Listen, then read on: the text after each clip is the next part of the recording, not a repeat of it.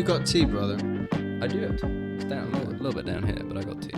Let's begin the episode with the ceremony of tea.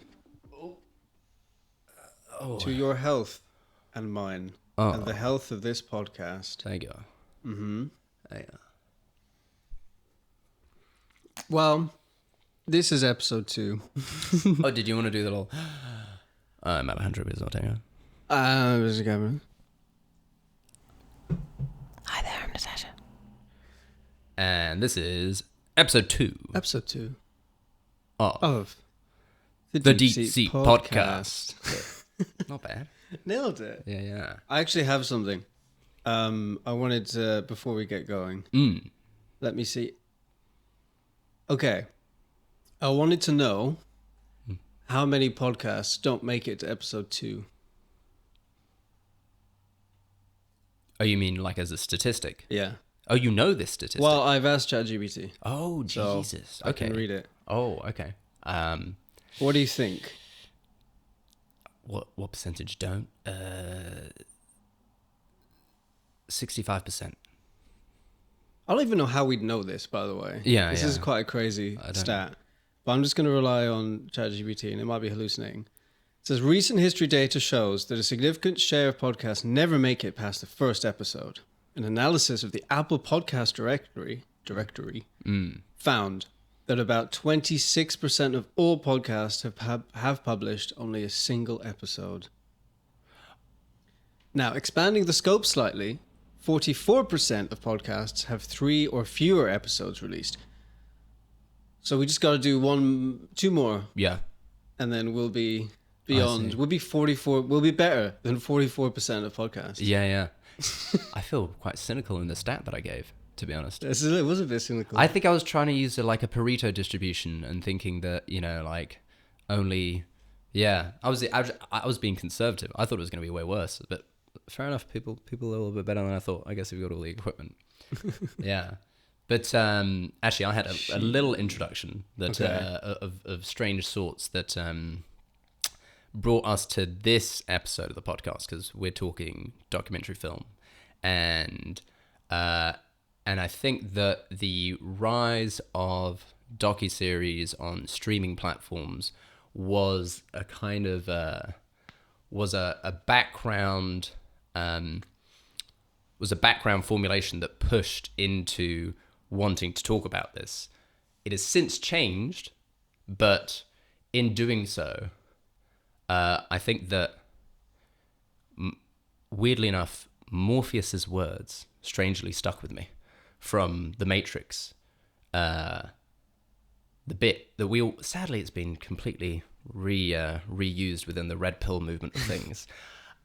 I think everybody knows it, You're saying you're red-pilled. But wait, let me try my best Morpheus. What do you see? Okay, it's something like let me tell you why you're here. You're here because you know something. What you know you can't explain, but you feel it. You felt it your entire life. That there's something wrong with the world. You don't know what it is, but it's there. Like a splinter in your mind, driving you mad. It is this feeling that has brought you to me. And that, strangely, I feel, was what we were talking about with when people see these different new docuseries. It's a specific type, I don't want to overgeneralize, but on streaming platforms, I think that documentary has entered the zeitgeist at a level that is maybe unprecedented in our cinematic history, in our TV and cinematic history. And I got the sense that people were kind of grappling with something that in seeing these kind of ones, which we'll talk about in a bit, and that there was, as Morpheus says, you don't know what it is, but you felt it. And I think in us talking about it, we've been able to figure out what our journey has been on it and our kind of approach on things, and hopefully that will help others to in things to consider when in this new documentary age, and helping to discern. And I think that's been the kind of impetus. And then there's a later part, which this feeds into a project that we're going to do together. We'll get onto that later. That was also the impetus for this podcast. So yeah. Yes, we have decided to. I mean, the general format that we kind of talked about this in the intro of episode 1, but is to, as we do more documentaries on the channel, to then bring people from that film to then sort of go into it a bit more. Sort of, I guess, usually after the film has been made, to kind of dive into it more. I think that's quite a cool idea, and I'm excited to see how it works out. Well, we've done one with Tom already. Yeah. But as we go, I don't know. I think that's quite an interesting idea. But documentaries take a while to make. So we were like, let's do another episode of the podcast. Just us, just the boys. So we're going to talk all about documentary film. Yeah. Which has been our, big thing. That we've landed on. I don't even know really how it happened. Well, it kind of happened through you for me, because you had already been doing it when we met. Yeah. And I'd never made one.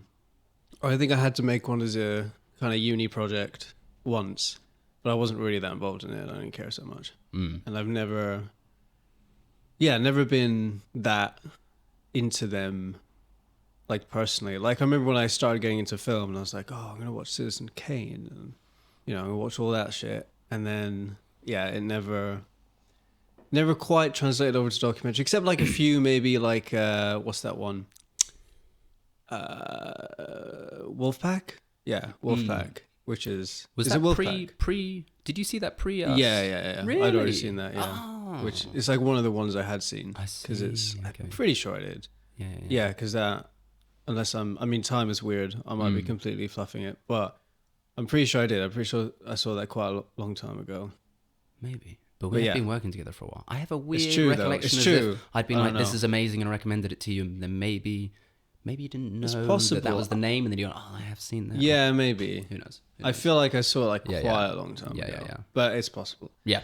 But, ones like that, it's just... Like Werner Herzog said it in Grizzly Man, actually. He's reviewing the tapes of... Oh, you haven't seen Grizzly Man, though, have you? No. Oh, my God. It should be said for everybody that we, by all means, are documentary noobs. Very much. Yeah, we were saying this before. This is not, like a couple of experts sitting down letting shit. I'm like, no, we're figuring it out. We'd like to share with you how we're figuring this out. Exactly. All the classics, I only saw Grizzly Man recently. But yeah, you don't need to have seen it, but just the setup of it is Werner like using all the tapes of this guy and reconstructing them that way. And he puts himself in it, obviously, through his voiceover. And there's one point where he says, he says something around the magic of, the biggest studios with the most money could never capture what he has captured. That there's spontaneous beauty in, just having a camera at the right moment at the right time, that you could never engineer it. There's just and that's kind of what you hope for, I guess, as a documentary filmmaker, is you're out and about with somebody or a group of people or wherever you are, and you're capturing something that can never be captured again or recreated ever. And that's, I guess it depends on the context, but that can be a responsibility even, really. Especially like you think about our film, Our Street, that we did with Tom and everyone else. It's, like we captured that and no one else did and no one else will ever be able to again. And it is what it is. And therein leads into what we wanted to talk about today, which is really ethics of documentary and how you work with people and communities. Yeah. Because, we had we had so much power. And I don't know his name, the guy in the ethics of documentary video that you shared with me. Gordon Quinn. He talks about that. He talks about a moment where he was with somebody this old lady, and she kind of turned around and said, I don't want to be in the film. I don't want to do this. And he sort of talked her down, and I think the team talked her down a bit. Went, no, but it's going to be important. People will learn from this, because it was an uncomfortable moment she was sharing with him. And it was interesting to hear his reflections on that. That no, I had the power in that moment. I had all the power, and he didn't actually quite say if he thought what he did was right or wrong, which was interesting. But he just kind of said, "Oh, I had all the power." He did something, and he acknowledged that he wasn't aware of it at the time, but that he has to kind of accept that that's what he did in hindsight, because I suppose, you know, in that case it worked out fine. I imagine. I haven't seen the documentary that he's specifically talking about to have known, but in that moment he I like how he says that she didn't even necessarily know who he was, as in he could have been part of the old people's home that was where the children were putting it and are kind of going along with it in that way. But I actually wanted to bring it to a super relatable example, which is where I think this kind of, maybe partly all of this kind of started. Something like Blackfish. If anybody has seen that, and I mean, it was an Oscar-winning one, and it completely changed the way, I mean, it stopped killer whales ever being in captivity in SeaWorld, at least, you know?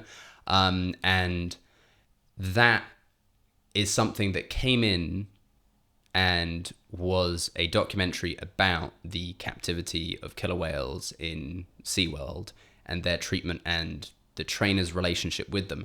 And it was incredibly nuanced and balanced and stuck with what was the reason they came in.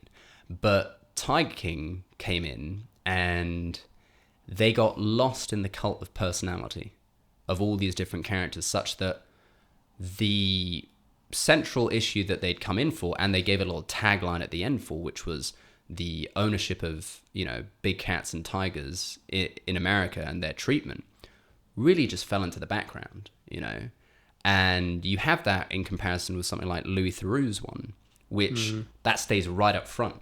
And it's because he is such a, I would say, like, in a sense, not disciplined, but he's present, and he is constantly articulating what his response to the situation is, that he doesn't allow himself to get sucked in, you know, and he is bringing it back to, do you think that this is all right, and challenging them on that. And they, you know, there were so many different leads that they just like didn't follow around, you know. It was very much in the background that, like, they're putting down tiger cubs, you know, what did people learn new? Really, what was some new information that people really learned about tigers from that show? And in comparison to something like Blackfish, where I feel people came out and they had like a wow, I had no idea the complexity and beauty to killer whales and how they're even brought in, and the, you know, the trauma around that, and then they're not even families there. It's just shoving together all these different strangers from different cultures, and they're being surprised when they attack each other in prison, you know, and you get such a clear idea of it. But Tiger, I have no idea. I don't know exactly what, because they're solitary creatures, and how do they hang out in groups, and then they're crossbreeding them to create ligers, and what the hell's a life of a liger like? And all that all just slipped into the background. Yeah. You know? No, I didn't learn anything. I mean, he had that at was it one of the last episodes in season 1? And again, it's like them adding this little thing was just him, because he had monkeys as well, didn't he? Or even a chimpanzee? Was it chimpanzees? Oh yeah, I think he had chimpanzees. He did have a chimpanzee. Or was monkeys one of them? Completely forgot about it. And he had that clip at the very end, because shows that they were kind of self-aware a little bit, and it was a choice, because it had this scene. I hope I'm not mixing this up with the Louis Theroux one. I'm pretty sure this was Tiger King, where, see if you remember it, where they have this scene with him in front of the cage with the chimpanzees, and he's reflecting on how, you know, would they have had a better life if I didn't keep them here, and I've kept them here for 10 years or however long it had been. Yeah. And, you know, if I hadn't done that, would that be better for them, kind of thing. And he was reflecting on that, and if essentially if his capture of them was helpful or not, and he was kind of weighing it against, well, they'd probably be dead if they weren't here because they can't live here and all this stuff. And it was just this little throwaway moment. It was even maybe the end of one of the it might be the end of the last episode, I don't remember. But it was like, they probably would be better off, I think. I don't know how they exactly, it's so complicated, all this stuff, but it was that one moment where they, you know, you can't help but think yourself, like, you know, what was the filmmaker's involvement in that? How did they affect him? And how did would he have done half of that stuff if they weren't there? I mean, I want to, go on a limb and just say, no, I don't think he would have. How much of the hatred with Carol Baskin and all that ludicrous stuff was, I think I'm mixing it up now with, what's that other one? Don't Fuck with Cats.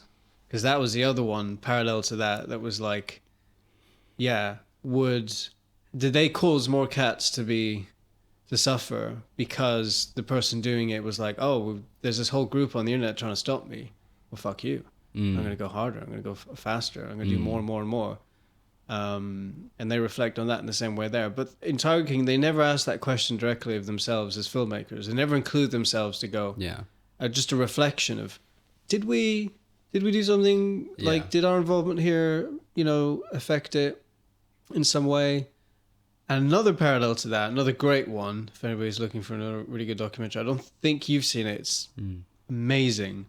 What's it called? It might be called something like Fists, or it's the Irish. Were they Irish? Oh, no, I think they were English travelers. The documentary about travelers. It's on Netflix. It might be Irish Travelers. I'm mixing them all up.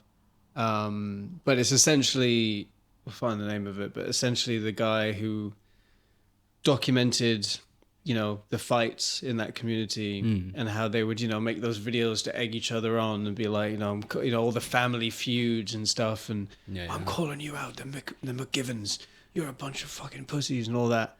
And then they would organize these fights and they'd put big money into it. And so this filmmaker was following them for I think 15 years or something. And he became he knew all of them and they knew him.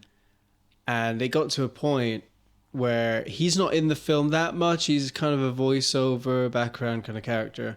But it gets to a point where he self-reflects in it and he goes, I've been filming these fights for so long. And he's showing this fight between essentially two granddads who are going at it, who have stepped into the ring, car park. And he's basically saying he was there and he realized, I'm doing this for myself now. I'm doing this to get a thrill. I'm getting a thrill out of this. This isn't serving the film. I don't need to film this. And I'm actually quite disgusted with what's happening. I'm quite disgusted with myself because I feel like I'm just here encouraging it and I'm becoming part of it. And so then he decided to basically stop filming the fights and have no part of it. And it's a bit different because he obviously wasn't causing them. He wasn't adding to, I guess he's adding to them, but in such a minute way. They'd still fight even if he wasn't there. But it's just, you have to, you can't, that's what I appreciate about Werner Herzog's work is you can't separate the filmmaker from the film in that way. Especially in specifically in documentary, because this idea that you're some sort of omnipotent, floating, detached, sentient consciousness that's just observing. No, of course you have an effect. You have a big effect. Putting a camera, if no one's ever done it, if you put a camera in someone's face, we all know now, people filming on the street and TikToks and things, a lot of people have experience with being on camera, but it changes you, fundamentally changes you. I'm a little bit more, I've not been on camera for a while, I'm feeling a little bit anxious, a bit we're doing this thing. How am I coming across? And it's kind of it adds another layer. It's there's a voyeur, there's someone looking at you. And that's why when you do a documentary film and you establish trust with someone and then it stops becoming a voyeur or some other thing, it's oh, that's James, he's got the camera, he's been with me for the last few months, and I know him, and Mm. that's when you build a rapport, and you can sort of try to get something that is less, the camera's involvement is less impactful to them in that way. I suppose in a negative way, like they're less anxious, or they're less formative even. Some people kind of, jump up at the opportunity to sort of perform, even if they don't normally. And then the opposite end of that, you have the really amazing side of it, which is as you said, it's like forced therapy. It's like people will say things that they wouldn't usually say.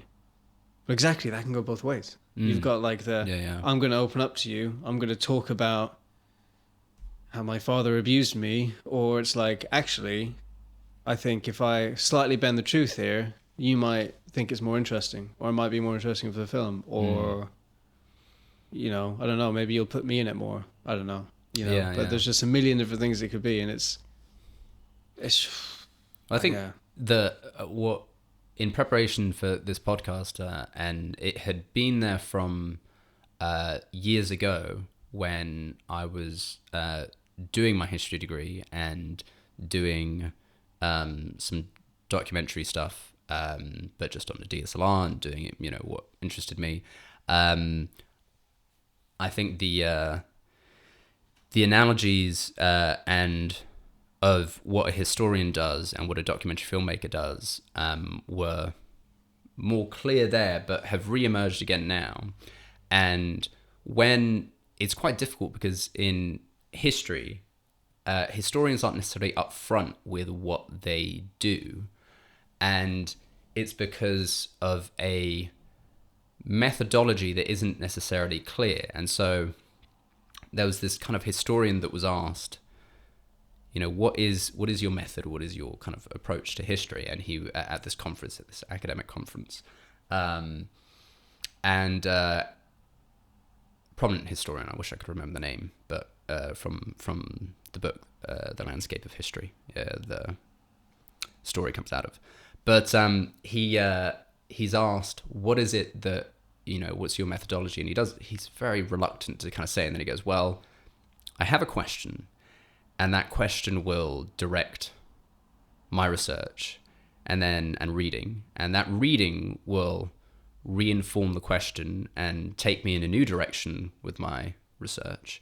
And then from that, I will continue on that process until I come closer and closer on what is the question, what it is that I'm trying to answer.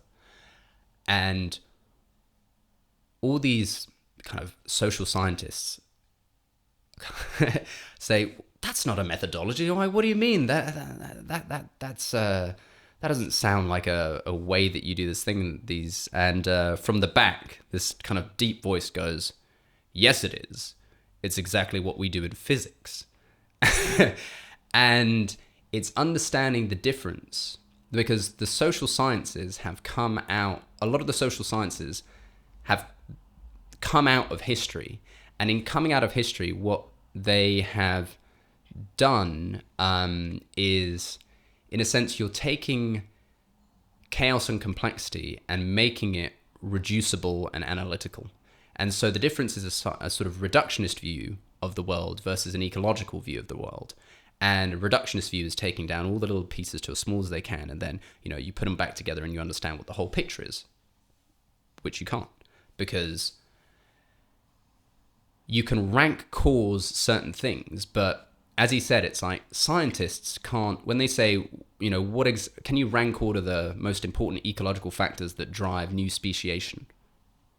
Can you say exactly what what's the top factor that, influences the position of galaxies and the formation of stars? Everything there's no independent variable as you would have in a social science. It's all interdependent.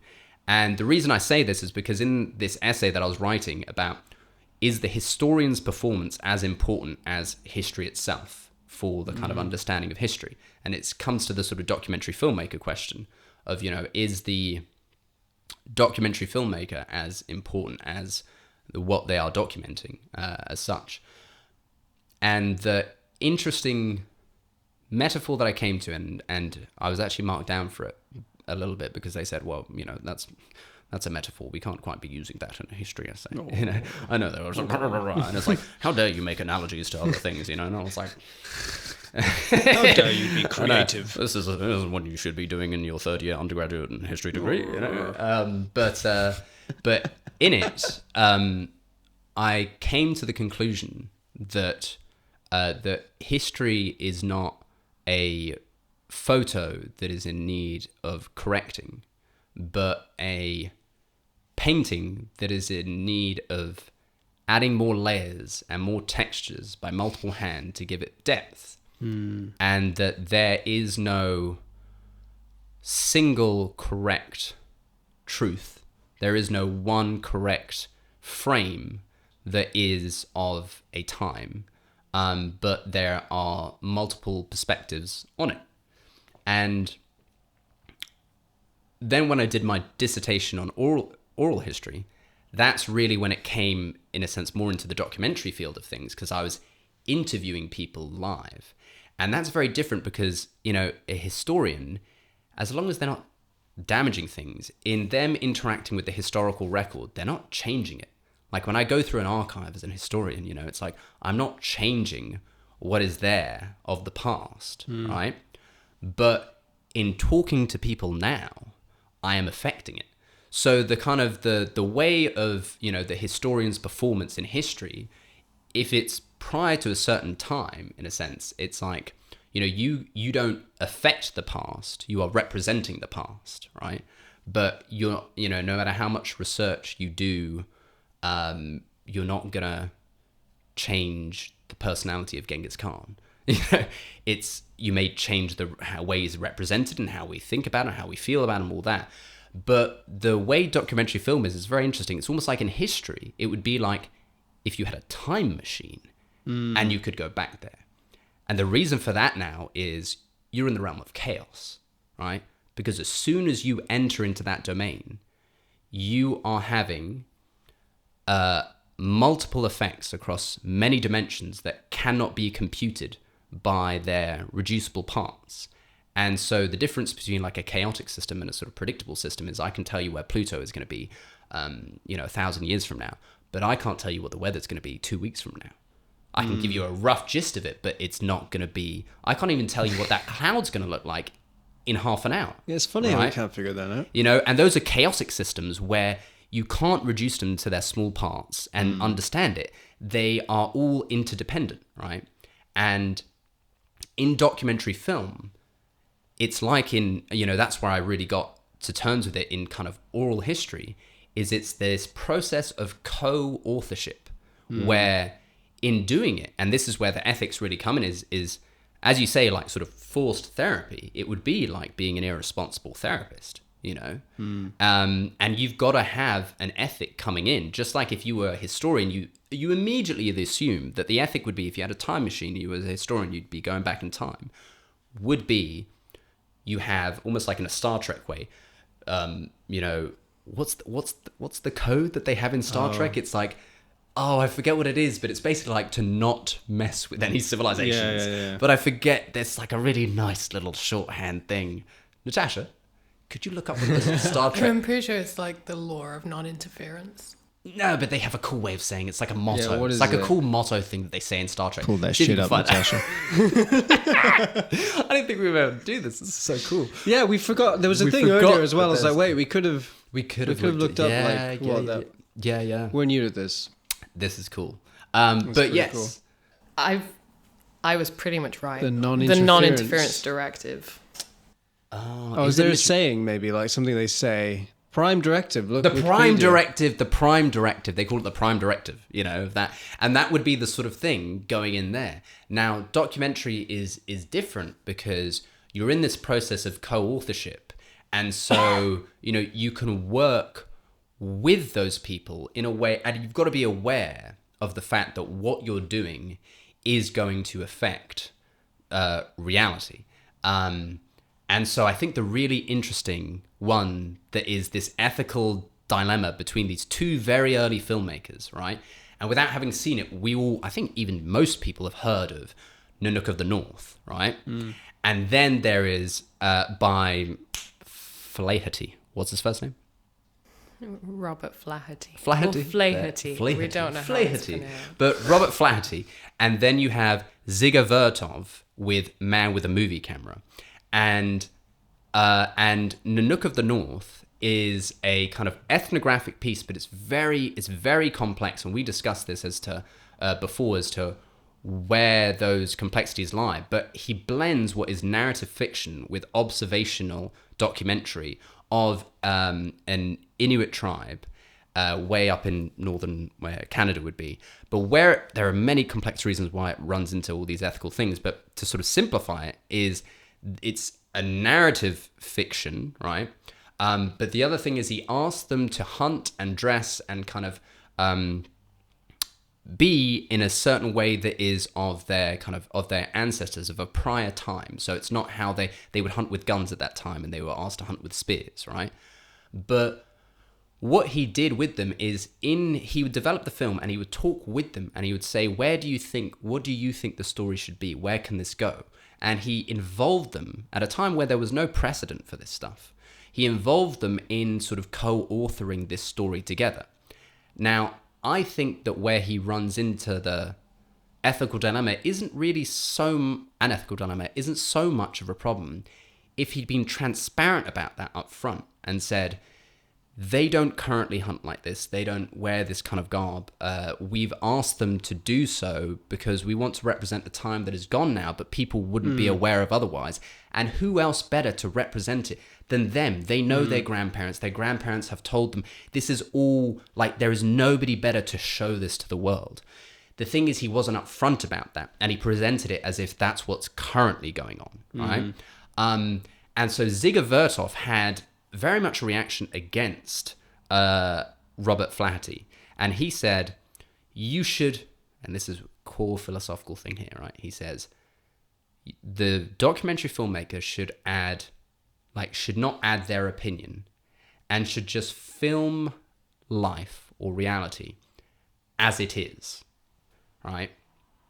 And Man with the Movie Camera is an absolutely stunning documentary, and we'll get into that in a second, but I think that operates, what he was saying there, and I think most documentary filmmakers acknowledge this, but it should be said outright to be transparent, is there is no such thing of life as it is. The same way as the past is not a photo to be corrected.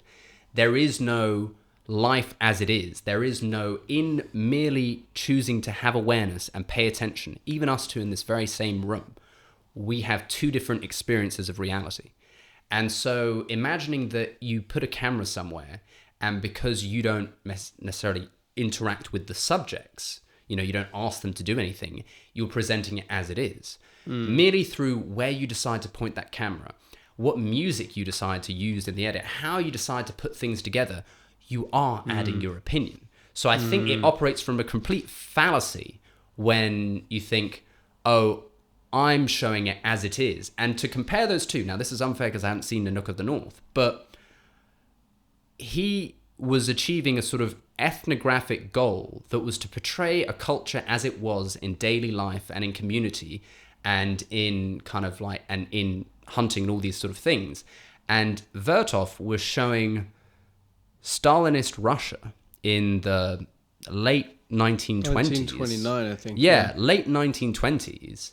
And is in the way that it's presented, and I was actually going to pull up a clip of it, I was amazed at how, like, modern it felt. How not different. And how not, but also just, I think it's the music really messed with me. Yeah. And it was Natasha, such an interesting if you score. quickly, well, actually, maybe, do you want to say something? Do you want to listen to that music first, or? Well, I was just going to add to the fallacy, because in that film, it's already clear. There's some beautiful moments. I mean, and they're beautiful moments, but I don't know what she was doing exactly. But there's a lady who was like, she was like throwing mud on a wall. Or I guess that's not what she was doing. But she was doing something. She was like, maybe it couldn't have been concrete. She was using her bare hands. Maybe she was filling in some sort of, I don't know what it was. but she was this woman who was doing something. Right, she's working. She's obviously kind of, I don't know if peasant's not the right word, but lower class kind of working woman. She was an old woman as well. Yeah. And she was doing this thing. And she was so like, her face was so like just unanimated and just, the way you would expect somebody who's working to look. And she's just like, doing my thing. And then they show, and he chose to show this. They show her reaction to the camera. She kind of looks over and she notices it. And then it cuts away to something else. But then we come back and now she's smiling and she's looking like, oh, no, look it over. And there's a few moments like that. There's one where they're filming this like family, fancy, posh family in the car. And they're looking over and the little girl's like, what's going on? And then one lady's hiding her face and all this. Like, you see, it's so clear even within that film where he's saying, capture it as it is. But he's not... exactly right. It's because they're noticing him and reacting to him, and if he wasn't there, that family in the car, would they have been having a fight? Would they have been talking about whatever? What would have been happening? Impossible to know. Impossible to know. He made that moment his own. Well, he participated actively in that moment, and that created something new. So it's not very clear fallacy. But to be aware of that, I guess then the next step of that is to go, okay, I'm aware of that. How do I now navigate that to best portray or to express whatever it is that I'm trying to do? Or what they're trying to do, right? What's their story? I don't want to get in the way of that. I want to help them tell that story. Maybe I can talk about one of the next documentaries that's coming out on the channel called What Is This? I guess I kind of have to intro a little bit. It's still up in the air exactly how the fuck I'm going to do it. I'm not sure. But I filmed a lot of it already, essentially with my Zen teacher in London, who recently, like end of last year, became end of last year? Was it the summer? Late summer, maybe. Had what's called a transmission ceremony, so she became an ordained Zen master in her lineage. So I've been doing some filming around that. We filmed the ceremony, and I had a session with her and her son in her apartment where we, I can always throw a few clips in here maybe to illustrate because we've shot it, but to sort of look through old photos and talk through like the past, because she's got a fascinating history. She's, somebody who grew up in Soviet Poland, attended student strikes and had very much, this sort of atmosphere, and this political atmosphere was very much the backdrop of Zen Buddhist practice and all kinds of Buddhist practice sort of slowly and at times under the radar in a kind of secret way developing in that country. It's very, very strong in Poland. Like in our school, there's a lot of people who practice in Poland. We were just basically there to film that and to, kind of talk through that. And it's weird because I'm creating that moment because it's something they would do, and I'm sure they've done it before. Everyone has gone through old photos. But I have specifically requested to do this. And it was really weird because I felt like I've engineered this moment, but in filming it, they got something from it. At least I hope they did. I'm pretty sure they did. They told me they did, so no need to second guess it, I guess. But, again, it's like the idea of forced therapy in a way, because they were reliving memories and they were showing me like, oh, look, here's a photo of this and that. And I don't know if we want to show this. And, like we were there for the film, but it was them recounting their lives and recounting their experiences. And so within that kind of manufactured moment are real moments. But then that's a weird thing to say. A real moment. It was always a real moment. The whole thing's a real moment. They agreed to it. They wanted to do it. And at the end of it, they were like, you know what? I love that. That was great. Especially her son, who was a bit, he wasn't entirely sure about it. He was quite, yeah, I won't go into it, but had a few reservations. And so we had to have a few conversations around sort of transparency and how we were going to do it. He loved it. By the end, he was like, I'm so glad we did that. Like, thank you, you know, and I'm thanking them, but they're thanking me and going, no, that was really great. So it's a weird thing. It's like, I'm there to tell this story and they want me to tell the story. And so they're on board with, yeah, let's do this, let's do that. And so you're guiding them. You're kind of, you know, every documentary is different. You might not do that on every documentary, but that's just such an interesting moment. It was a very strange moment for me. I wasn't sure how to navigate it. And yeah, almost like a sense of like, is this even authentic? Because I've asked them to do this. So yeah, co-creation, definitely. That was definitely a co-created moment. And then it was my job as well to be like, they'd be like, oh, so where did the camera go? What do you want us to do? And like I, you know, and I gave them some direction, but a lot of what I said was, don't worry, just don't worry about that. It's fine. Like, let's just talk. And then I would talk to them from behind the camera. And so after a few hours or an hour or two, they kind of forgot about the camera a little bit.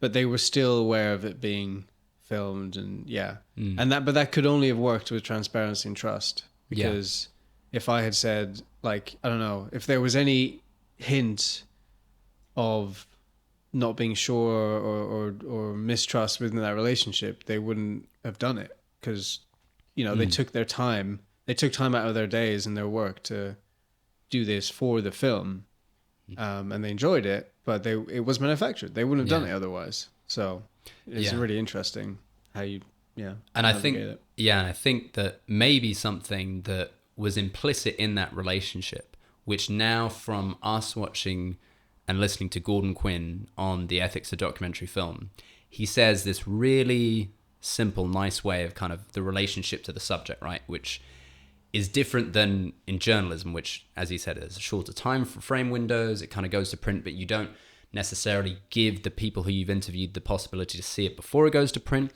But in documentary film, he said, if the person is a kind of an everyday person, you know, not a powerful person, and he goes, well, of course, powerful in the everyday sense, right? But an everyday person, then I tell them, look, if there's something that you really can't live with being in there, I'll take it out. But we're going to have an argument about it. And I'm going to try to convince you why it needs to be in there for the film. And maybe I'm going to listen to you and you're going to be right in the end and I'll change my mind. But we're going to have an argument about it. But if I can't convince you, we take it out. Yeah. And he says, but if it's a powerful person as such, you know, someone who is more of power, more of status that you're making maybe the film about, that it's, okay, you know, I'm going to show it to you and we're going to have an argument about it. But in the end, it's my film and I'm going to decide, you know, and I'm going to try to convince you, you're going to try to convince me. But in the end, it's you to convince me. And if not, it'll go there. And I think that having that maybe kind of like explicitly as such is something that allows for that trust to be there, because especially now, what I would say has shifted even in just from when I was first using a DSLR to now is the trust we have of cameras. And that's a massive difference that exists. And, you know, he says in that very same thing, there's a documentary that they do, and where they have these nuns, and the nuns go around and they ask people, you know, on the street, are you happy? Like, are you happy with life? And people give sincere responses. And he said you couldn't even make that nowadays because people would think it's a prank, or they'd think that you're messing with them, or we would be so much more kind of on guard about it, right? And to know that now, because of the proliferation of cameras, but also sadly the rise of a culture that you would say an unforgiving eye, I like to think of it, obviously being, you know, deeply steeped in Tolkien, as a sort of eye of Sauron that lasers in on one particular moment. And within the culture, it's this kind of eye that looks around and you know that if it picks you, it's like the worst possible voices and energy and everything from the culture, and it'll annihilate you, you know. And a thing that could be forgiven in person, could be understood within context, could be kind of nuanced, if seen in the wrong way, bam, gone, you know. And we have enough, like, we don't even need to elucidate the examples of this, you know. Everybody just understands it, they know it in the culture that we live in.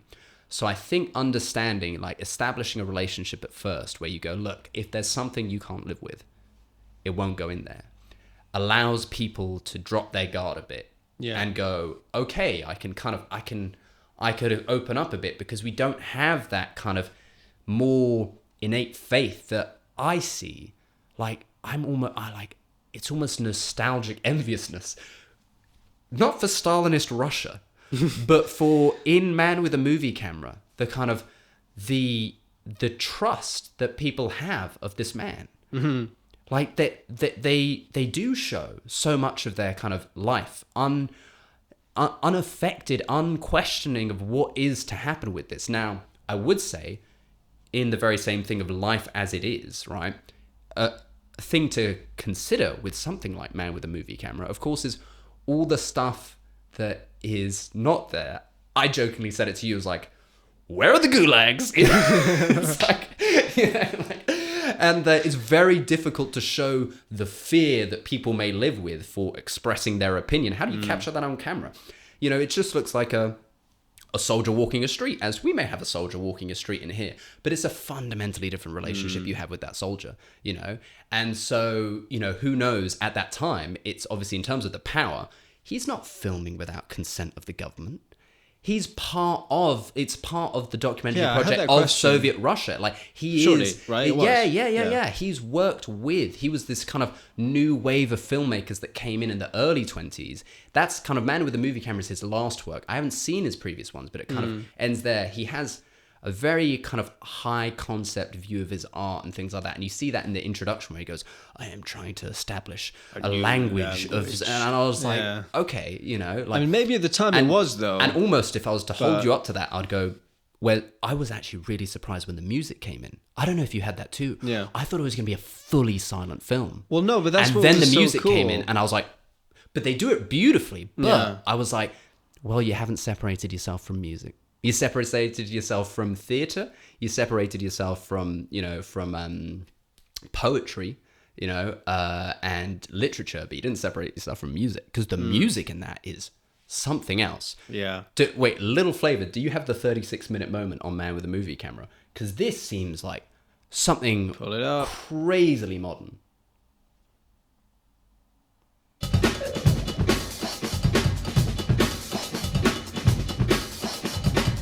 That's not the music, man. No, that's not it. I've seen a different edit.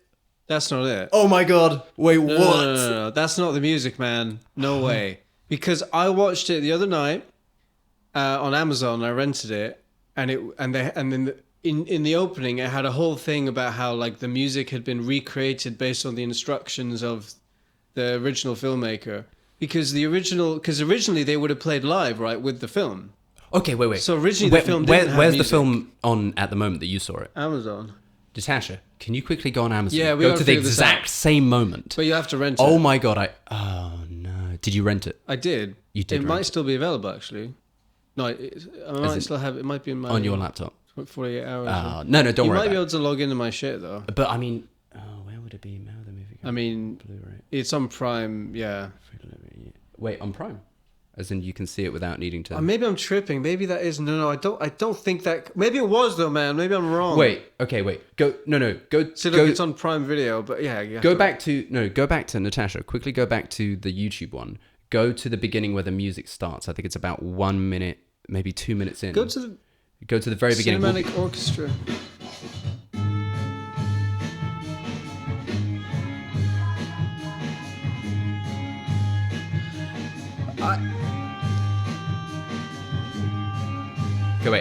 Go back to the very beginning. Hopefully at the beginning we'll be able to I tell. don't think this is the one I saw. It didn't sound this way at all. No, 2 minutes. No, 2 minutes.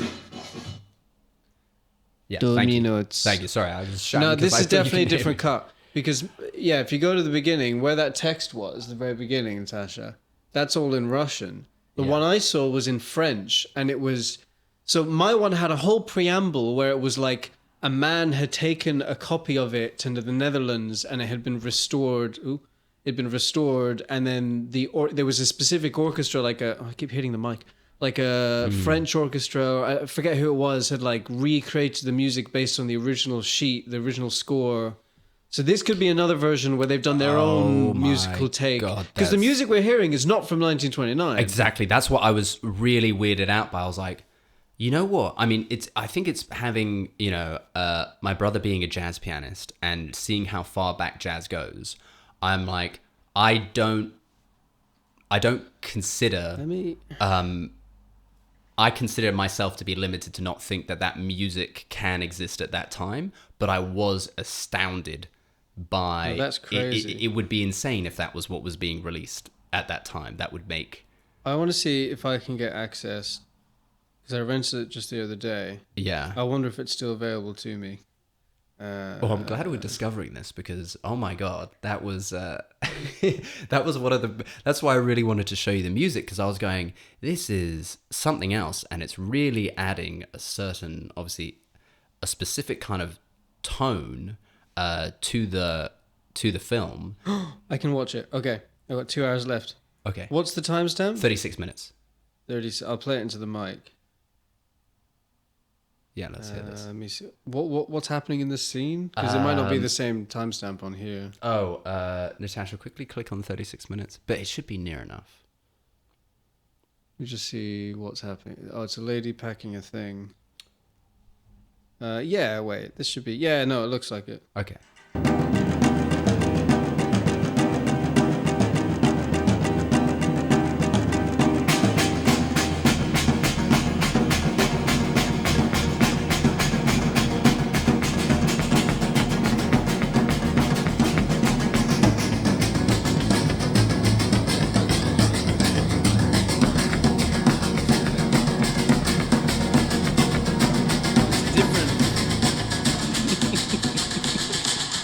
So that's very different. Play that one. Play that one. Does Ashley quickly play with the sound? Oh, they've done a completely different thing. Dude, you had a different experience to me. That's crazy. So this is... Yeah, this one says at the beginning, it's all in... The text is all in French. And it's giving the intro, and it said about the music, it said... it's got his text as well, where he says, this aims to create a new language. Yeah. Let me see if I can find what it said with the music. I don't know. Music produced for the Pordenone Silent Film Festival. Original music composed and performed... So the original score was interpreted by the Alloy Orchestra, using the musical instructions written by Dziga Vertov. So this score, that's what they did. That sounds like they've taken some creative liberties. Yeah. I don't know. Yeah. I don't know what the difference is. Yeah. I've got a... Because, that's so much more modern. Yeah. I was watching it and going... I kind of was... at moments going like, this can't be. And I was like, okay, no. Was there a bit in there where it reminded you of like Pokemon? No. Like a Pokemon, like you're walking through a town in like Pokemon. Oh, as in like visually? No. There's a bit of the score that's like... Oh. It's kind of... Musically it sounds... Yeah. Oh, I think it's this. Yeah. Do you recognize this? Is this in there? Man. No, but I see what you mean about the Pokemon. Right? Yeah. I'm on my way to Pallet Town. I'm going to capture a Charizard. Wait, that doesn't make any sense. No, that's crazy. Yeah. Man, you had a completely different experience. It's going to be mental. really something to rewatch it now. I'd recommend you probably find Just do a this flip. version. Check out this one. Yeah, that's mental. Yeah, What's that? yeah. That's a cinematic orchestra HD. I need to know the lore. Like, why... Yeah. Natasha, does it say anything in the description? Yeah. Does it say, like... Soundtrack composed by Jason Swinscoe and performed by the British Jazz and Electronic Outfit. Originally made for the Porto Film Festival. Yeah, so this is a completely different score. In 2000. Well, wait, is it? But it doesn't say, like, did they use his composition? It doesn't say anything else about. No. It just says they composed it. Composed it, yeah. Interesting. Yeah. That is... Oh no, but if it says soundtrack composed by, that must be a new thing. Who composed the one in who said it? So this didn't say composed, it said it was interpreted by the Alloy Orchestra or something. Right. Using the written notes of Vertov. So but the he must have composed. So Vertov composed it? I don't know. He's Wait, not a musician. I wonder if he just wrote like. What? Imagine if he just wrote like something chaotic music with you know weird instruments or like something upbeat here. Yeah. Epic music in this scene, please. Right? Oh god, that's crazy. I really want to see we if might need to ask ChatGPT.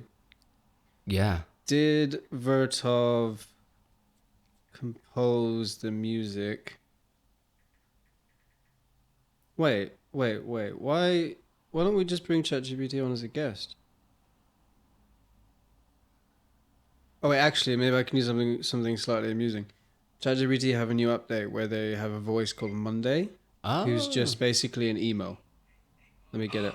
Good question. No. So, the Pentax No, stop. No. built-in bulb timer. No. That's some weird old Okay. conversation. No. Okay, here we go. Hi, you know the movie Man with a Movie Camera by Jiga Vertov? We're trying to figure out, so my friend and I, we've seen two different cuts and they have different scores. They sound completely different. Did Vertov have an original composition that is meant to go with the film? What's up with that? Oh, nice. A little film history question. Here we go. All right. Yeah, could you answer the question, please? Yes, the eternal question of film scores. So, when Man with a Movie Camera was released in 1929, there wasn't a definitive original score by Vertov. In fact, it was often screened with live music, and different composers have created scores over the years. The most famous modern one is by the Alloy Orchestra, but there are others. If you've got different cuts with different scores, that's normal and kind of cool. If you want the original vibe, you'd be looking at a live piano score or something similar. If you want a recommendation or something specific, let me know. Okay, one more question. On the version with the Alloy, made by the Alloy Orchestra, it said it was interpreted using Vertov's original notes. So what does that mean? Did he have instructions for what the music should be like? Ooh, good question. So when they say the Alloy Orchestra used Vertov's original notes, they mean he left behind some written instructions, ideas, or general concepts for the music. It's not a full score like you'd get from a composer today, but more like a blueprint or a set of suggestions. The Alloy Orchestra... Okay. I'd love to know what those were. That's interesting. Yeah. That's crazy, right? That's how old this film is. It doesn't have like a score. That's crazy that wasn't... Why didn't they? Like, I guess, I mean, he's not a musician, but he could have got someone to write one. Yeah. Maybe that just wasn't the practice at the time. I don't know. That's crazy. Wow. Yeah. But that's two incredibly different experiences. Yeah. So yours was jazz. It even says the jazz yeah. orchestra. Exactly. Wow. Okay, that makes a lot of sense. Because even in the one I watched, there were times where like I was watching it with Lemon, and we were like, "This is like." There was a little bit of synthy stuff, but I think I kind of went, "That mustn't be synth. That must be like some other weird instrument that they've." It may have been. I don't know, but it sounded like there was some like hums, not hums, but like what's it called? Like drones, like droning, like weird electronic. There was some of that. What's that weird instrument with like the metal thing, and you go up and down. It's like a telly something. Oh, I can't think It of uses it. frequencies. It's really weird. Oh, the wireless one. Yeah, it's like well, yeah, not wireless, but as in, yeah. They were doing that with like some of the electronic, I think, manufacturing stuff. Yeah. I was like, oh yeah, but they may not have. They probably didn't have that in 1920. Well, I don't know. Yeah. They could have. Yeah. But yeah, weird. Yes. That's so weird. That is. I'm glad we stumbled upon that. That was mad. Yeah. Oh. Wow. Okay. Yeah. That's cool. That's really cool. But yeah, it does. I mean, it does strangely kind of, I think, connect to the reinterpretation that we have of documentary and the way that it does evolve. I brought this book, which, you know, for anybody who wants to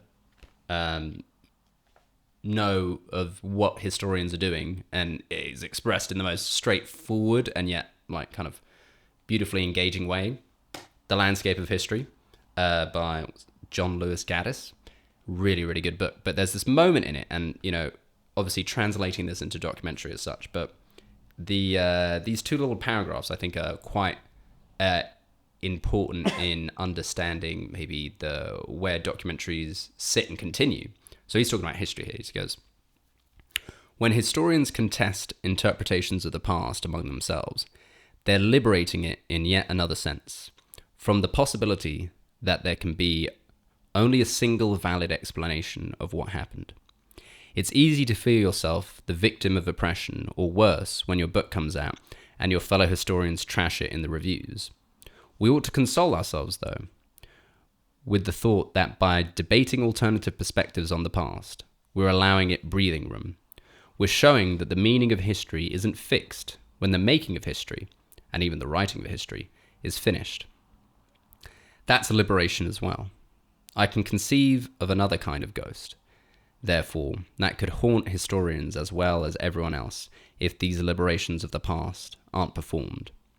It's our own haunted spirits, locked up within a prison that's a future in which no one respects or perhaps even remembers us. That would be at least as painful an incarceration as the one living historians impose upon ghosts from the past. And it's why we should allow that such ghosts, fearing the alternative of oblivion, might welcome being locked up in a prison of representation. And translating that a little bit across to sort of documentary film is coming back to that idea that the reality is not a photo in need of correcting. The past is not a photo in need of correcting. And life, as capturing as it is not the one truth that you're getting at. And I think that thinking that you're filming and that you're filming the truth, in that sort of way, is one of those fallacies that we talked about. But that strangely enough, to bring it back to Tiger King, in the making of it, something that wasn't present in the documentary, through discussion around it, even though the series is finished and what happened and what was filmed there is finished, the reception to Tiger King, although there were a lot of sort of cult following, petition to free Joe Exotica, all that sort of stuff, a lot of the owners that were of these tigers, I wish I could remember the names. One was like Don Lowe, the other one was something, but they've since got locked up by the DA's office. They were investigated, found, locked up for the mistreatment of tigers and things like that. And so what wasn't necessarily present in the documentary, what kind of slipped into the background, in the breathing room of the debating it afterwards, in the breathing room of us kind of trying to, and this comes to where we've come to, trying to wrestle with the truth, that those things can once again be brought back in. So I think the fear that you have as a documentary filmmaker, in some sense, that you confine, you represent, you select, and then you present a picture of it, isn't necessarily, that's to view it as a static thing. It's almost to view it as if like it lives in a void, rather than it's part of an evolving culture. And I think that was trying to remember what I was getting onto there, but I think that in us choosing what moments there are, we are wrestling with the truth. And I think I want to reference an example of something that we came to terms with, that kind of language and thinking about it. Because, Natasha, are you able to pull up This Is Our Street? Pull up that shit. And I love this. Thank you, Natasha. yeah, as a comparison, we can put this up afterwards, but in the Gordon Quinn Ethics of Documentary video, he has a relationship with a powerful subject. What is his name? Bob?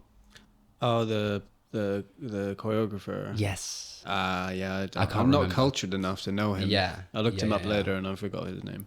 But in that, there is kind of like, he is actually there at that Q&A, in that talk, and seeing that, and says he really, it's tough for him to watch that, but because he comes across as, a very kind of volatile personality that lashes out at people, that is so fixed on their art that they are kind of like causing all this kind of emotional havoc around them.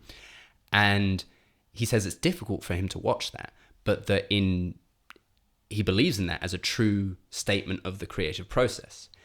And in the making of Our Street and following afterwards, we ran into, not to the same scale at all, but a little moment that became a kind of rabbit hole that opened up into a wider discussion of, I suppose, what the practice of documentary is, what the ethics around that practice is, and what it is that we're trying to show. So, Natasha, if you open up This Is Our Street. Pull that shit up, Natasha. Oh, you Natasha. did already. Whoa. Mike, I'll bring you in, but it's dum ba da da da da. Who are you? Straight in, if you can. So you go dum. Yes. So it goes 1, 2. Who are you? Bum ba ba ba ba ba. Who are you? We kind of need that because the whole thing's in time from there. Okay. Alex, absolutely no rip into 6/8/4, please. 1, 2, 3, 4. Alex, sorry, dear. You missed one beat there. Sorry. Don't worry, we'll do it again. Let's just really concentrate. It's just absolutely as written. There's nothing else to worry about. We're just going to do exactly the same thing again. 3, 4. There's definitely a combination of nerves and excitement. Yeah. You know what's so interesting about that moment? Sorry, Alex, but it's fine. But that happened multiple times. That happened like 2 or 3 times. I think it may have been 3 times, where there was a little confusion around that musical beat or whatever, as you would expect when you're working out something for the first time in a space. Yeah. But yeah, I feel like you were going to set up the moment we had with Tom. Yeah, I think that so to compare it to what kind of happened with Gordon Quinn, and we had to really go back and forth on this, to make sure that we were on the same page, and it was through email.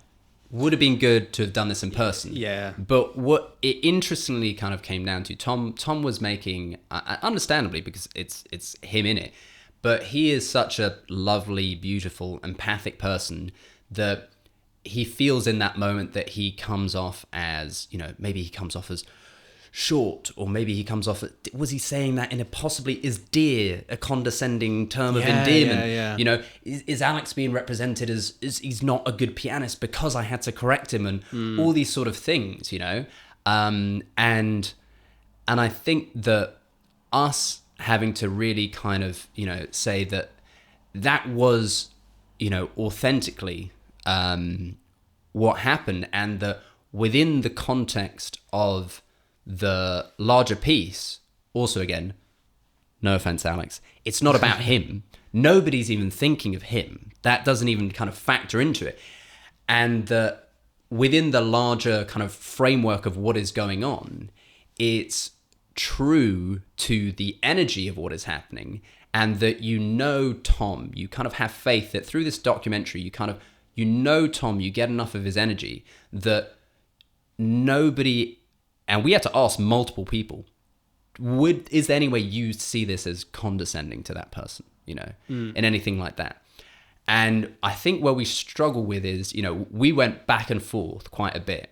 And what Tom said, and it's sort of fair enough. He said that, you know, we said that was an authentic moment. He goes, and he said that that because of the way that moments are selected and the way things are put together, that, you know, that in a sense we create moments. There's a created truth. Right, and a created truth. And so this is where I think if we were to further, and we probably will in the future, talk with them about it, in terms of the difference between something that's created and curated, right? And that there's a pole of difference there. And one, I would say, lies in the mind of the maker, right? Which I would say is you know, fiction, right? Which is something that is purely created, right? And the other lies in what we would say is wrestling with the truth there. Like, we who wrestle with the truth here. And just because there is no one single truth doesn't mean there isn't something real there. There isn't something essential. There isn't something true that you are trying to get at. And to make a strange connection here, Ram Dass tells this beautiful story of Gandhi when he's leading this march, and it's been happening for 3 days, and they're meant to be getting to wherever it is, and then he says, we have to stop the march, you know, and all these people who'd come out of their homes, and all these sort of people, and the people leading go, what are you saying? Everyone's come out, you know, we have to do this. What are you saying? And he goes, my commitment is to the truth, not to consistency. And the truth is that we have to stop this march now. And he goes, me as a mortal, I only know relative truth. God knows absolute truth. And the truth changes day to day. And now the truth is we have to stop this march. It seemed like there might be violence. It might become violent or something like that, as in how it was going to be responded to by whatever forces, colonial forces and things like that. And so there is no, and Gordon Quinn says this very well, there is no, you know, one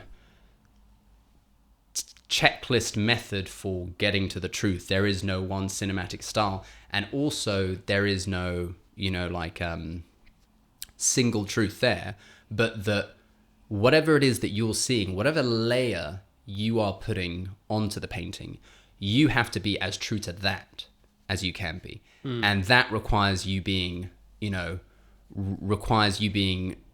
honest with yourself and honest with your subjects. And I think we didn't, you know, I think that it's a tough one because Tom straddled that everyday man but powerful man sort of thing, and I don't think we fully convinced him, but we left that moment in, and you know, and it was what it was. He trusts us, and he let us do it. I think we got to a point where it was just like he said exactly what he wanted to say, and then said, right, but do it, because I mean the moment had been in there. You know, he's seen the film 7, 8, 9 times, or however many times he's seen it, and he'd never had a problem with it, or had never mentioned it at least until that moment. The very last bit, yeah. And I think, you know, he, was very much like, look, you know, do what you need to do. And I think that's his, you know, trust as a creative in us, and as him being a creative and understanding how this goes. Kind of thing. And it obviously wasn't a big enough of a thing for him to be like, oh, I might actually have to like, no guys, like, you know, because there's I guess there's a difference with something not being aligned to the story. You know, we had conversations, there's lots of moments and things that we filmed that we were like, whoa, but it's not the moment. You know, conversations between people, I mean, we had to pull ourselves. Well, no, we didn't have to pull ourselves back because we never considered putting it in. But there's that one moment. Yeah. There's one thing that was filmed that, you know, was like, that is so juicy. Oh my God, there's a bit of juice. There's a bit of drama. Oh, there's a bit of that conversation. I mean, that would be like the thing you put up front. You know, the trailer of the film would be this moment. But it's not what the film's about. It wasn't about any... Yeah. It's, you know... Like, what you were saying, what it requires from us as filmmakers, as documentary filmmakers, is to be clear. Yeah. It's like, what's the story you're telling?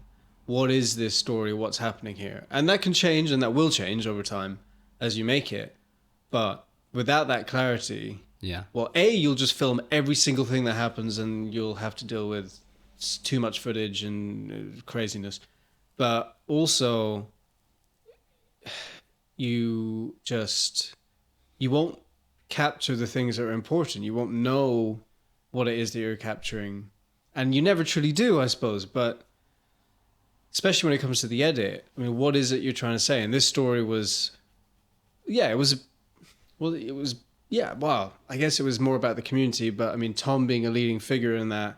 And then we decided, because we'd done films with them before, and building off of previous films we decided to hone in on a few characters this time. I think we'd done ones before where they'd been more general, and we'd interviewed different people, but they all sort of got similar screen time. Whereas this time we decided to focus in on Apu and Mike. Funnily enough, we had actually decided on Apu kind of, but then Mike ended up being just as, I don't know, energetically relevant to us trying to tell the story. And as you said, it's an authentic moment, and we could cut it. I mean, there's a million authentic moments we captured that we didn't put in there, but this one served the story we were trying to tell, which was, and again, there's many other moments we could have put in that would have served this too much, almost, basically.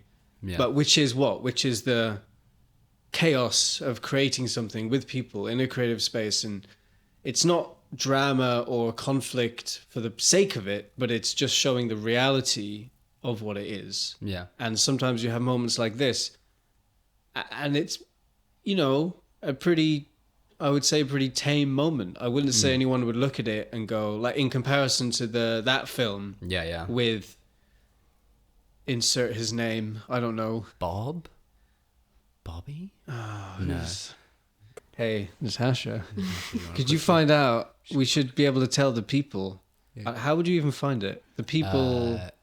What was the guy's name who produced it? Gordon Quinn. Yeah, probably. So if you Gordon type in Quinn. Gordon Quinn on, and then you look at the films he's produced on IMDb, you might be able to find. I think it was the name of the film's A Good Man. Yes, it was A Good Man. Yeah. And if you look, there it is, A Good Man. Yeah. Top of the films and director. Bill T. Jones. Bill T. Bill, Jones. not Bobby. Bill. Sorry, there you go. So, you look at a film like that, and I haven't seen it, but I've seen that clip where it's like, wow, that is somebody who went out there and, had so much energy and passion and anger and emotions he couldn't process. He self-admittedly says, I don't know how to process them sometimes. But then the part of that story is then there's the apology, and then there's the reconciliation with his creative colleagues, and so that forms a whole story, I guess, of that person, and he said his piece on it. So it, and again, like you said, he said in that lecture, it was hard for me to watch that, but it is representation of a real creative process. And that's valuable. And I think that's what we were pointing at in this moment with Tom was, this is a valuable it's such a small moment, but it has so much impact, I think, for the film. And I would have put more in there, like that stuff to me is so interesting. And for me, it actually it endears Tom to the audience. Because definitely. Even though he is someone who is so absolutely composed, so engaging, so inclusive, in that moment you can sense the strain on him, and you can sense that he's got to get through this goal, and he's just that slight bit less, kind of I don't want to say warm and cuddly, but I think the Focused. having the having the emotional space for everybody's kind of input. He kind of has to, under the strain, go a little bit more director hat. We need this, and he's someone who's so all-inclusive that in this moment you see it, and I think it really endears you to him as to you're Yeah. managing this, like, because this Yeah. is really on your shoulders here, and you're doing the best you can to coordinate this. It places him as Yeah. the director, which he is. Yeah. And he's running, this is a community project, and the story and the music and everything's coming from the wider community. Everyone's feeding into it. But as we've talked about before, like, art isn't democratic. There has to be at some point, the buck has to stop somewhere. Yeah. Somebody has to take, it's not even just that somebody has to say yes or no, it's that they have to take responsibility and be the person who makes the decision. Yeah. And they need to, and obviously Tom is such a good example of this, a true, I think, director, whether that's film or theatre or whatever, you have to take everyone's input into it, because what people will throw at you will help you to figure out what the thing is, and Yeah. you're discovering it as you go. Yeah. And that moment, yeah, exactly, shows him having to just go, right, no, this is what we're doing, and I need to align everyone to it, because they've already done the work previous to this Yeah. to figure out, what it is. And, this is a small moment of like a technical thing of like, this is the score. Final refinement. This Yeah, is we're refining it. We're bringing it into form now. Yeah, and he explains it. He says, because everything's in time. So there has to be this, Yeah. dun, dun, dun, dun, dun, and Yeah. then you have to do it on that cue. Yeah. And yeah, it's like, I don't know, it's, the parallel could be us Yeah. doing this podcast now, and we say, Natasha, pull that shit up, It's Yeah. like, right now, we're focused on doing this thing, Yeah, so yeah. we can do this thing. And it's not a reflection of like, me on a power trip just going, Natasha, pull that shit up, Yeah. But I could do that. We could do that. I do Natasha, think could you you find guys, a gif of? Can you find that gif of the guy who like falls down the stairs and then, What do you think? What do you think of us guys? I do think you guys are on a little bit of a power trip.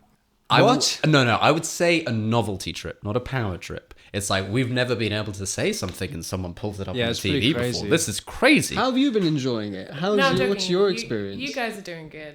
I'm enjoying it. I'm just on my phone shopping. I'm looking at clothes for summer. I'm gonna get some good bargains, for that summer man. bod. Oh, That's in coming in due course. okay. So Yeah. I'm having a great time over Yeah. Okay, great. If anything, I need you guys to call my name so I can Yes, put my attention okay, yeah, back we'll on do being it. like, Don't oh worry. wait, I'm here. What do you That's need all me good. for? But actually, to come back to what you were saying about including people in it, this is another example of something in a documentary that is a phenomenal documentary. But since then, in the discussion about it, again, the wrestling with truth that kind of comes out following it is Amy by Asif Kapadia. And I was lucky enough to meet him in person one time on his his latest one is Maradona. Is Federer, but he did one before that on Maradona. And I went to a small screening that a family friend that works in the film industry, so luckily had the tickets. He couldn't make it. Me and Natasha got to go along, and then afterwards there was a Q&A with him, and he was very encouraging in a great way. And I said, I want to kind of be in documentary film. I want to do documentary films. And he said, what have you made? And I was like, oh, nothing really. Kind of I didn't want to say like stuff that I've shot on my DSLR and done that. I was like, nothing really yet. And he goes, look, the equipment is so affordable now. Just find whatever you're interested in, just go out and shoot it, And I was like, wow, thanks, man, Hell yeah. And it was like, hell yeah, And but in Amy, now this is something that Gordon Quinn, just going on about, you show your subjects beforehand. Everybody, I think most people know about Amy that afterwards, Amy Winehouse's father, Mitch Winehouse, tried to sue the filmmakers for how he was portrayed in it. But what is the kind of follow-up documentary that I think, there's not a clip to pull up because it is the feeling of the film, but the BBC did a follow-up documentary with Amy Winehouse's mother and her close friends. It's about an hour long, and it's in a sense, it's a response to that documentary, because the overall tone of it, they felt it presented Amy as this kind of tragically lost artist who was addicted to substances, and if only there was somebody who was in her corner, who could have helped her find the right road, then maybe she wouldn't have died. And obviously coming from, you know, her mother and her close friends saying, it's so hurtful to see that and for people to believe that, because we were there. Like, we loved her. We tried to get her on, you know, a better track. We tried to, you know, help her to find, you know, I think a way out. And the thing is that is also not said in the documentary, as well as not necessarily said clearly, but it is, no, they do say it clearly in the Back to Black fiction film that was recently done, which is, I love it. It's a great film. Is that, you know, she did get clean for, I'm trying to remember, is it 2 years? Natasha, do you remember how long Amy Winehouse was off of the alcohol and drugs before she died? Was it 2 years, or she was with her last partner for 2 years? She was with her last partner for 2 years, and when she died, she was still with him. Right. She was off alcohol, I think, for about 6 months. Okay, 6 months, So right. I think it was in the So, so she was off alcohol for 6 months, and then, as most people know, obviously, you know, she then, she relapsed, and she died of alcohol poisoning, because she drank so much so quickly, and, you know, and once it reaches a certain blood alcohol percentage in the blood. Anyway, you don't need to go into the specifics of that. But I think that therefore presenting it as this kind of like tragically lost case that didn't have family and support around her, you would imagine, like, the thing is, if you're really trying to wrestle with the truth and you're saying, I want to present the most honest picture of this person as I can, you would imagine that you would show it to the mother, you would show it to the father beforehand. If her, it's a red flag if her mum and all her close friends say that's not right, you know. And the thing is, she's not alive anymore to go no, right? So it's a really tough one, because it's not, like I said, I wish I could pull up a particular clip or something like that, but it's more the overall feel of it that I think all of them are trying to get at, as her mother and her close friends, that it's almost like they weren't even part of her story, and that she didn't have like good friends and loving family that were trying to support her. It's like she was just this lost artist on her own in a, you know, toxic relationship with someone who she deeply loved, but, you know, they brought out the worst in each other, and that nobody saw the alarm bells and was trying to help, you know. And I think that's also part of why obviously the father tried to sue the filmmakers, is because it presents him as if he was one of the forces that was making that a lot worse, that actually maybe led to her further like psychological distress and going down that path, you know. But I think, you know, that's a really tough one, because it's an amazing documentary. I don't remember if it Natasha, can you see if it won the Oscar? Did it win the Oscar? It was nominated. I can't remember if it won, but it's a really good documentary. And as you see, it comes out afterwards, and then just like in Tiger King, also Tiger King is definitely a sensationalized thing, but you begin to kind of question the integrity of the filmmaker in how they chose to make that, you know, and the transparency around that process with those people, you know, and how they've chosen to select things. Because I'm not saying he did it in this way, but what you wouldn't want is, you wouldn't want somebody to come in and say, I have a vision of what Amy is, what her life is really about, what kind of artist she really was, and I'm going to go and get the footage and the documentary interviews to support creating that narrative. I'm not saying he did that. I do not think he did that. But I'm saying that you wouldn't want that to be the practice going in. And if all the close family, or the mother and the close family are saying that's not quite right, why in that process would you not involve them in, we want to know what was she like? What was she? How did she do these? You know, so 100%. It's a kind of, you know, it's something in the process there. But 100%. But just going back slightly, you know, I have an idea. Also, it did win. It did win. Academy 2016. Award. Yeah. It won. I mean, it was a very good documentary. It is. But you were saying, did the filmmaker go in and I have this idea and I'm going to curate this thing? But we all do that, right? Like, you have to. But the difference in the process there is you're building an idea with the people who really were there and were closest to her. Yeah. And from that, I'm going to try and tell something that is as authentic as possible based on all of my discovery of, the mother and father and siblings and whoever knew her. And, you take everything together and you try and create something from that. Yeah. And it's a discovery. But, so you do that, but you don't do it from your own enclosed bubble of, well, I think this. Yeah. Well, it's like the historian having the question. He has the question going in, and that kind of directs his reading. And the documentary filmmaker has a question going in, and it directs the questions he's asking the interview and who he's interviewing and what footage. But that you don't, blind yourself to what is emerging. Yeah. To say it's an iterative process. Because, of course, you've come in with something. You've come in with an intention. There is no reality as it is. You inherently have what might be said an opinion, but I think better to say a perspective, a lens, camera. You have that coming in, but that when these different elements come up, and they're coming up because they're kind of like a hole in your map. And you should have to wrestle with them because it's like, if I'm really trying to present things from my perspective as true as I can, this is a niggle. This is a splinter in my mind that is kind of driving me mad. And I can go, no, the art, my vision of the art. Yeah. Or I can go, yes, and the ecological interdependent complications of actually having to engage with that. And that is not a one choice moment. It's happening at every moment in documentary.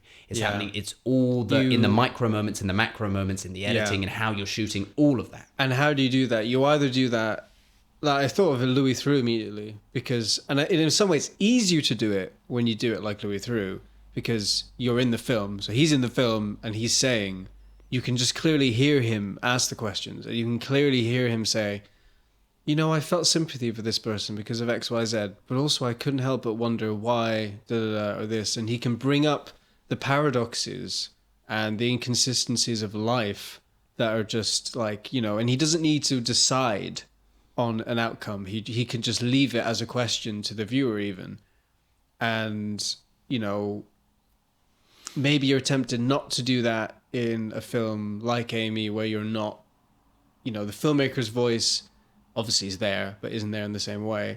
How do you do that? I suppose then you do that in different ways. You do it with, intercutting interviews that are kind of contradictory or, it's hard, but that's so much more interesting though, surely, than painting it. I mean, it might be more narratively simple and easy to produce to be like, this is it. This is what it is.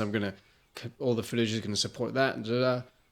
And fits in with, depending on how you view it, an archetype or a stereotype of this tragic lost artist or whatever it is that you're like, I want to tell that story. But it is actually less interesting. I want to tell that story, That's what's crazy.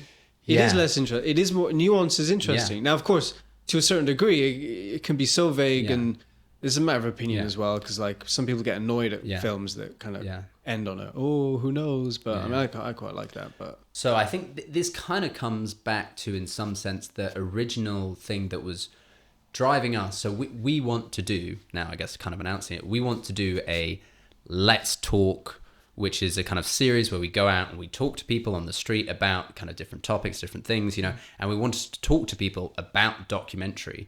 And I think where it emerged from was how I was unsettled, and I believe that others were unsettled by the rise of this kind of new phenomena, which is this kind of docu-series, streaming kind of series that I think probably became massive with Making a Murderer. I wish I'd seen it, and I wish I understand everything that had happened in the behind-the-scenes thing of that to understand what that is. But then obviously Tiger King, then we have Don't Fuck With Cats, then we have... so many now. Where's My Jet? The Pepsi story. And I think what kind of the thing that is underlying that is the sort of splinter in the mind that I think everybody can feel, but we don't have the language for it. We don't know quite what is being expressed here, is that very same thing, which is the process of the filmmaker, the integrity of them being that kind of central node around which they are wrestling with the truth of what they are discovering as they are going on it. And now the rise of these giant streaming platforms and going, oh, here's a story we want to tell. And the idea of there's a predetermined story, and we're going to just slot in a director that is going to tell this drama-juiced story the way we would like it. We're going to separate it out into 4 episodes, you know. We're going to do 25-minute episodes per thing. And and this is kind of like where you realize that the nature of documentary and how documentary filmmakers go about things, I think, is inherently an ecological view, is an interdependent view of reality. I don't think that any filmmaker, any documentary filmmaker, honestly thinks that there is life as it is. I think they understand almost all, if we were to speak to them, was to go, what I'm doing does affect people. What I'm doing has an effect on what is going on, right? Yeah. And therefore, I have to be considerate in the ways I'm doing things because it affects people's lives, and it's not, you know, dead historical sources that my interpretation of doesn't affect them. It's the way that I am interacting with them is going to affect their life, is going to affect their society, their community, is going to affect how they are interpreted, all these sort of things, right? And I think that like the integrity of most documentary filmmakers, they get into it because they do have that view, right? And they are wrestling with the truth. And my concern is that I think that a lot of the kind of the more drama juice souped up kind of series that appear are that the industrial kind of pressures, in a sense, you might say, but you'd say maybe the maybe market pressures or whatever it is that we're able to sub in and out the parts such that artistic node is not really at the center of it anymore. And people get taken on like an entertaining story, but they have that underlying sense of like, this wasn't as interesting as it could have been because I feel like you already had your predetermined idea of what this story was, and you weren't wrestling with it through interacting with reality as it was. You kind of came in with your stereotype, your archetype, your frame, and you slotted in director and interviews and recreational footage as needed to deliver something that you'd already predetermined, you know? Yeah. But I don't think that people have, they have it as the niggling sense, but they don't know how to say it. They're just like, it was, you know, I enjoyed it, but what, and it's kind of like this grasping, and it's like, because it feels like, I think it feels like a bad fiction film. Because what I kind of realized about those sorts of documentaries recently is I think they're trying to take life, the nuance and the paradoxes and the insanity of it, and fit it into a film format, which means, you know, whatever, 3-act structure, 6-act structure, whatever. This happens, that happens, the hero's journey, the thing, and they're trying to fit it into these structures that don't necessarily, and they reflect stories, and those story, and that does happen in life, but I feel like they make it feel so cinematic, and they make it feel like fiction. Like, you watch those Netflix documentaries, and the production value is out of this world. Yeah. And it's amazing, and it's sort of inspirational. It's like, I want my interviews to look like that. That's beautiful, the way they shot it and everything. But at what cost? You know, and I think there's a balance there. You can have both. You know, there's some amazing documentaries that are beautifully shot that don't require that. But it's not production value, as we say, because no, you can have all the money you want in it. Yeah. It's more the way that the money has influenced the way that you are pursuing, you are wrestling with the truth. You are trying to pursue that story because it's not that iterative process anymore. It's not a thing where it doesn't, you can feel it in the way it is. It's not something that the documentary filmmakers, from what an interviewee has said, is going to go, oh, this has changed my perception of what this is. Now we're going to go down this way. It's reformulating the question in my mind. It doesn't feel like that. It feels like they have, as you say, a budget to almost shoot a feature of recreational footage. They can do, these amazingly shot interviews, and then they fit it into, I wouldn't say it's like even necessarily a story format. It's like, it is, because of course it is, but as in like the episode format, it lends itself more to, that's a big to problem. like almost, to the, to drama than to cinematic storytelling. And it feels like they've set it up in such a way where it's like end of every episode, cliffhanger. Exactly. And you go, is that it's like, really what is serving the story? No, 4 or 5 episodes, each one an hour long. Dude, a lot of these series I've seen, it could be told in 2 hours. Yeah. And it's The like they've reverse. stretched it over 4 or 5 hours. Yeah, and yeah. it's like, and you sit there and there's these pretty recreations of things and blah, blah, blah. And it's like, yeah, but it's like they're holding out on you. They're like, you want the next little tidbit? Wait till the end of the episode. Yeah. Bombshell. Yeah. And you're like, oh shit, now I got to watch the next one. And then you sit through 40 minutes of bullshit. And then you get to the last 20 minutes. You're like, okay, this is interesting. Yeah. It's like, bombshell. Oh shit. Yeah. It's like, it's just, it's juicing us. Yeah. It's So juicing us. How is badly. it that we translate this feeling and everything we've been talking about to, if we go onto the street and we ask people, because we do live in this sort of unprecedented age of, I think, of documentary film consumption, but that maybe one of the things that has led to this rise and one of the massive parts of this, is these kind of drama-juiced docuseries that people maybe watch, but I think they have all of these senses of things and all of this interesting stuff to say, but it's very hard to just go like, what do you think the underlying ethic is that's been, that has been tampered with? Or do you think that it's like, how do you translate that into, like, you talk to somebody who, this isn't like, they probably watch, some documentaries, but they don't think about it in that way, but they feel about it in that way. And how do you because you can't just like jump in at the far end. No. How do you translate that into getting people's original, interesting insight and feelings in documentary film, and not kind of losing it way off in the jumping in at the deep end of esoteric stuff, and they're like, oh, I'm not of this, I don't really think about the ethics of documentary. I'm like, yeah, but you feel it. But if we say it in the wrong way, you're going to think like, oh no, that's for the experts, that's for the thing, I don't really know it. But I think you've got to talk to them like they're 6. Like you just say, what is a documentary? Like, yeah. Do you, because I think we have so many different answers to that. Yeah. Some people like, I don't know, even just to us, I think that's what we're doing right now. What is a documentary? Like, is it truth? Is it as it happened? What is it? What are the parameters? What makes it a documentary? Like, what does that mean?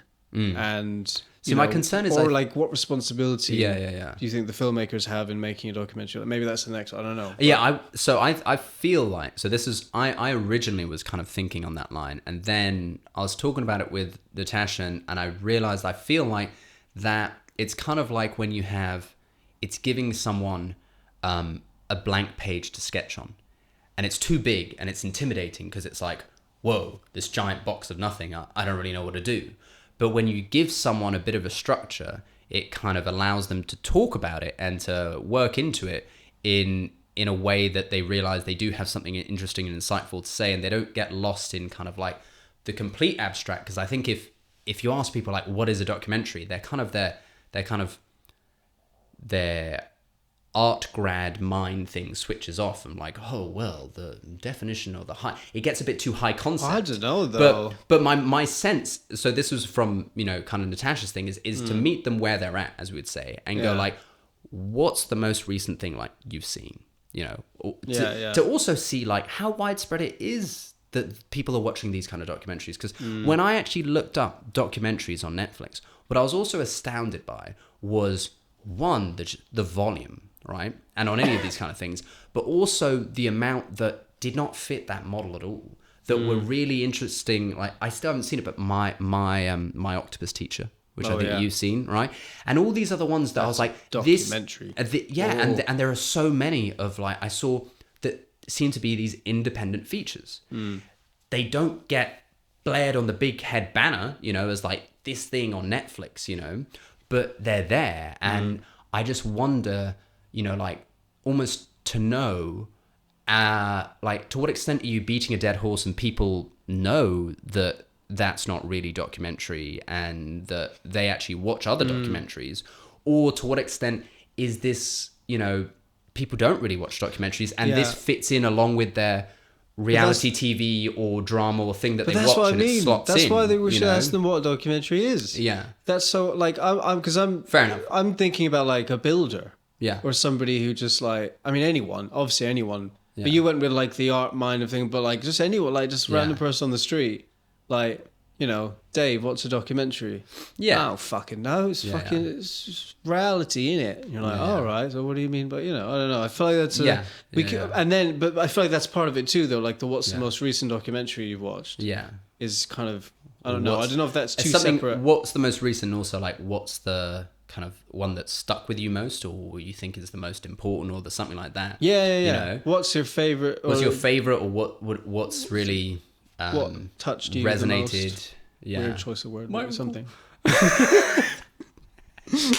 Where did it touch you? Oh, God, yeah. But yeah, I think that Natasha's given us let's wrap it up. What? Fair Oh enough. shit! It has been 2 hours. Yeah. That probably only has like 10 minutes left on it as well. So. Right, yeah. Might have to. So we are going to be doing a Let's Talk film day where we're going to go out and ask people. Stay tuned. Yeah, where we're going to go out and ask people about all this stuff and see what people think and feel about documentary and where it is at the moment and what does it actually mean, and hopefully we'll learn a lot more from that process than what we come in with. Yeah, it'd be good to interact with like a huge variety of people. Hopefully, we get some kids, get some old people. Get some builders. I keep coming back to the builders. Yeah. We get some maybe some posh artsy type people. It'd be good. It'd be good to get a variety. See all these different things. See if there was anything that no, that's cool. All the stuff that I wrote down in case I forgot. Oh, we checked off. We talked Checked about it, off. which is cool. Nice. Yeah. As we would. Nice. Well, Oh, Natasha. feels like a wrap. Natasha, is that a wrap? That's a wrap. That's a wrap, people. That's all right. I've got everything in my shopping bag. Oh. So I'm ready to order. Yeah. That's a wrap for me. Yeah. That's a wrap for you guys on this. Should we like stand up and walk off together? Just past the camera. Maybe useful. I see you. Oh, my legs. Oh, you good? Oh, Oh, God. Oh, wait, oh. There you go. I'm gonna crawl out of here. Bye, everyone.